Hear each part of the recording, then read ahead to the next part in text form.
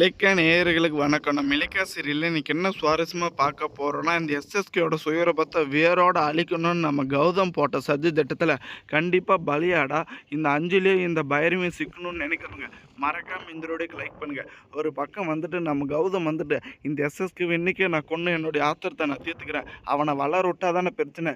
அவன் வந்துட்டு நம்ம குடும்பத்தில் இருக்கிற எல்லாருமே மாற்றிட்டான். கண்டிப்பாக அவங்களுடைய சுயரூபம் வந்துட்டு ஒரு நாள் இல்லை ஒரு நாள் ரொம்பவே மோசமாக போயிடும். இந்த எஸ்கேஸ்கே மாதிரி கண்டிப்பாக இதுக்கான முடிவை வந்துட்டு நான் இன்றைக்கே கட்டுறேன் இலக்கியம் அப்படின்னு அவ்வளோ ஆக்ரோஷத்தில் சொல்லிட்டு இருந்தாங்க.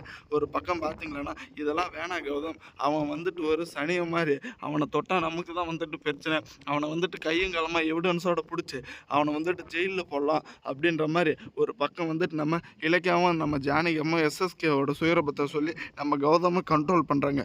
ஆனால் இப்படியே வந்துட்டு கண்டிப்பாக நம்ம கௌதம் மேலே தூங்க முடியாதுங்க. அவன் மேலே இருக்கிற ஆத்திரத்தில் ஒரு பக்கம் வந்துட்டு பயங்கரமான கோவத்தில் அவங்களுடைய கையை தாங்க டேமேஜ் பண்ணிக்கணுங்க. இப்போ வந்துட்டு சரி விடு, அவனால் வந்துட்டு எனக்கு ஏதாச்சும் ஒரு பிரச்சனை வந்தால் கண்டிப்பாக அவனை நான் கொல்லாமல் விட மாட்டேன்னு ஒரு பக்கம் சொல்கிறாங்க.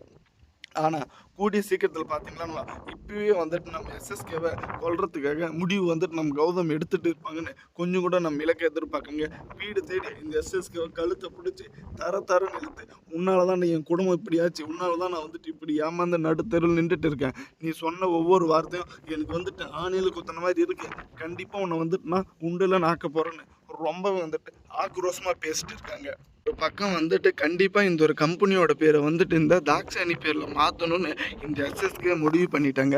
ஏன்னா இந்த அஞ்சலிக்கும் பைரவிக்கும் சண்டையை வர வச்சுட்டு அவங்க மத்தியில் வந்துட்டு இந்த தாக்ஷாயணியை நல்ல மாதிரி எப்படியாச்சும் ஒரு நாடகம் ஆடி அதை வந்துட்டு அவங்க மூலியமாகவே மாற்றிக்கலாம் நினச்சிட்டு இருந்தாங்க.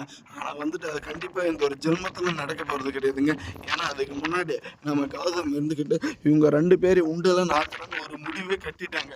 இப்போ பார்த்தீங்கன்னா இந்த கார்த்திகோட மரம் அன்றைக்கு தாங்க நம்ம எஸ்எஸ்கேயோட சுயரூபம் தெரிய வரணும். ஏன்னா இந்த கார்த்திக் இருந்துக்கிட்டு இப்போ வரைக்குமே கௌதம் வந்துட்டு இதுக்கு மேலே இந்த ஒரு வீட்டு நிழல கூட மிதிக்க மாட்டான். ஏன்னா அவன் பண்ண துரோகம் அப்படியே. கண்டிப்பாக இவ்வளோ நாளாக வந்துட்டு வாரிசு இல்லாமல் அப்பன் பேர் தெரியாமல் இந்த ஒரு வீட்டுக்குள்ளே ரொம்பவே உரிமை கொண்டாந்து தான். ஆனால் உங்கள் தயவுனால எப்படி வந்துட்டு இந்த ஒரு உண்மை கண்டுபிடிச்சாச்சு, இதுக்கு மேலே வந்துட்டு அவன் 7 ஜென்மம்ல எப்போவுமே வந்துட்டு கண்டிப்பாக இந்த ஒரு வீட்டுக்குள்ளே வர முடியாது அப்படின்ற மாதிரி அவ்வளோ உறுதியை வந்துட்டு நம்ம கார்த்திகே சொல்லிட்டு இருக்காங்க. ஆனால் கூடிய சீக்கிரத்தில் இந்த ஒரு விஷயம் மட்டும் நம்ம கௌதமுக்கு தெரிய வந்துச்சுன்னா கண்டிப்பாக கௌதம் மேலே வந்துட்டு தாங்கிக்கவே முடியாதுங்க. ஏன்னா இப்போ வரைக்குமே நம்ம கார்த்திக் ஒன்றுனா துடிச்சு போகிறது நம்ம கௌதம் மட்டும்தாங்க. இப்படி ஒரு நிலைமையில் இருக்கிற போது கண்டிப்பாக ஏன்னா இவ்வளோ மோசம் வந்துட்டு நம்ம கார்த்திக் மட்டும் யோசிச்சுட்டு இருக்கிறான்னு கொஞ்சம் கூட புரியல. இந்த அஞ்சலியை முதல்ல வீட்டுக்குள்ளே விட்டது தாங்க ரொம்ப பெரிய தப்பு. ஏன்னா இந்த அஞ்சலியும் சிந்தாமணியும் பண்ணிட்டு இருக்கிற ஃப்ராடு வேலைக்கு கொஞ்சம் கூட அளவே கிடையாதுங்க. இவங்களுடைய சுயரூபத்தினால இப்போ வரைக்குமே வந்துட்டு இந்த ஒரு வீடு ரெண்டாக போகுதுங்க.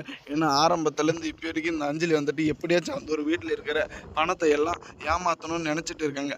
அதே சமயம் பார்த்தீங்களான்னா இப்போ வந்துட்டு நம்ம கார்த்திகே தெரியாமல் இந்த பைரவி ஒரு பக்கம் இந்த தாக்ஷாயணி கிட்ட பேசிட்டு இருக்காங்க. மேடம் நீங்கள் வந்துட்டு என்ன பண்ணுவீங்கன்னு தெரியாது, முன்னாடி வந்துட்டு நான் தான் இருந்தேன், கம்பெனி பேரெல்லாம் என் பேரில் தான் இருந்துச்சு, இந்த இலக்கிய வீட்டில் காலை எடுத்து வச்சா மொத்தமாக வந்துட்டு பறி கொடுத்துட்டேன், இப்போ திரும்ப அஞ்சலி கிட்ட போதாது, அது என்னால் வந்துட்டு ஏற்றுக்க முடியாது, எனக்கு எப்படியாச்சும் அந்த ஒரு கம்பெனி பேர் வந்துட்டு என் பேரில் மாற்றுங்க அப்படின்ற மாதிரி இந்த தாக்ஷாயணி கிட்ட உதவி கேட்டுட்டு இருக்காங்க. ஆனால் இந்த ஒரு விஷயம் மட்டும் நம்ம கார்த்திக் தெரிய வந்தாச்சு. நீங்கள் வந்துட்டு இப்படியும் பார்த்துட்டு இருக்கீங்களா, என் முடிவு தான் கம்பெனியோட பேரை மாற்றுறதும் இல்லை என் பேர்லேயே கூட இருக்கட்டும், ஆனால் அடுத்தவங்க கிட்ட கை கட்டி நீங்கள் போயிட்டு கேள்வி கேட்டு பதில் சொல்கிறதுனா எனக்கு கொஞ்சம் கூட விருப்பமே கிடையாது. அதனால் யாரோட பேருக்குமே நான் மாற்ற போகிறதில்ல. ஒரு பக்கம் நம்ம கார்த்திகை வந்துட்டு வச்சுட்டு இருக்காங்க அவங்க பேர்லேயே. ஆனால் இந்த அஞ்சலி வந்துட்டு எப்படியாச்சும் மைக்கு நம்ம கார்த்திகை அந்த ஒரு கம்பெனி பேரை நம்ம பேரில் மாற்றணும்னு நினச்சிட்டு இருக்காங்க. தேங்க்ஸ் ஃபார் வாட்சிங் இலக்கிய நேயர்களுக்கு.